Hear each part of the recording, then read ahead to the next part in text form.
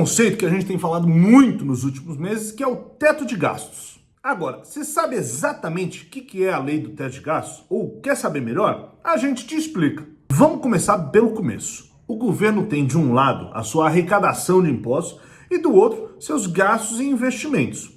Quando a arrecadação não é suficiente para cobrir gastos e investimentos, o governo ainda toma dívida e faz crescer o endividamento público. Acontece que tem um perigo nisso aí.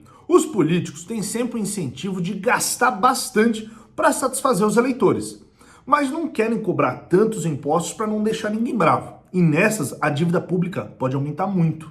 Isso foi o que aconteceu justamente na década de 2010 a 2020, especialmente na gestão da Dilma Rousseff, quando a dívida saiu de 50% do PIB para quase 80% do PIB. Bom, e qual que é o problema disso? O Brasil já tem uma carga tributária que está acima da média de países parecidos com a gente, países com economia emergente. E também está acima no nível de endividamento público. Qual que é o pulo do gato? Para um país poder se endividar, ele gera títulos da dívida pública e os investidores vão comprar esses títulos. E os investidores, por sua vez, vão analisar a relação de risco-retorno. Ou seja, qual que é o retorno que eu preciso para correr o risco desse país aí não me pagar de volta. Num cenário como o do Brasil, que tem muito gasto, já cobra muito imposto e muita dívida, parece que o cenário é meio arriscado para o investidor. Então, via de regra, ele vai tender a exigir uma taxa mais alta para os juros. E com taxa de juros mais alta, a gente já sabe, né? Fica muito mais caro do empresário local gerar emprego, gerar renda, investir, fica muito mais caro de produzir no Brasil. É para isso que vem o teto de gastos, colocar um limite no ritmo das despesas do governo, para colocar um limite nesse risco para os investidores, para a gente poder continuar se financiando. E, principalmente, para ficar claro para a classe política que dinheiro não dá em árvore e não dá para ficar gastando mais e mais e mais sem se preocupar com responsabilidade fiscal de como essa conta vai fechar. A lei do teto de gastos é a tal Emenda Constitucional 95. E a regra é a seguinte: o governo só pode gastar no próximo ano o que ele gastou esse ano com correção da inflação.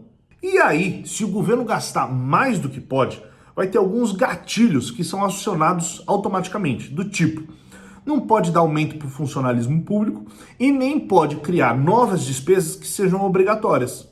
E atenção, esse limite é para conta total, ou seja, não tem um limite para cada área, para educação, para saúde, para segurança. O que tem um limite é para a somatória de todos esses gastos, que aí não pode ultrapassar o ano anterior corrigido da inflação. E o teto de gastos também traz uma consequência muito positiva, além do controle da estrutura de gastos, que é a discussão sobre a qualidade do gasto público.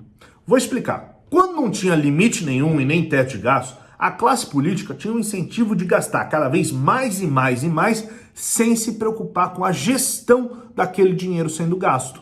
Só que agora, como tem um limite do orçamento total, para cada ano ser melhor, o gestor público fica forçado a pensar como é que ele precisa tornar cada real mais eficiente para surtir o melhor efeito para a população, sem ficar aumentando sem parar as despesas do governo.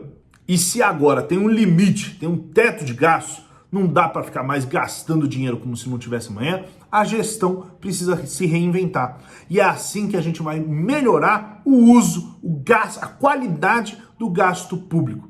E se isso acontecer em todas as áreas do país, o país melhora como um todo. Essa é a ideia que está por trás do tal teto de gastos.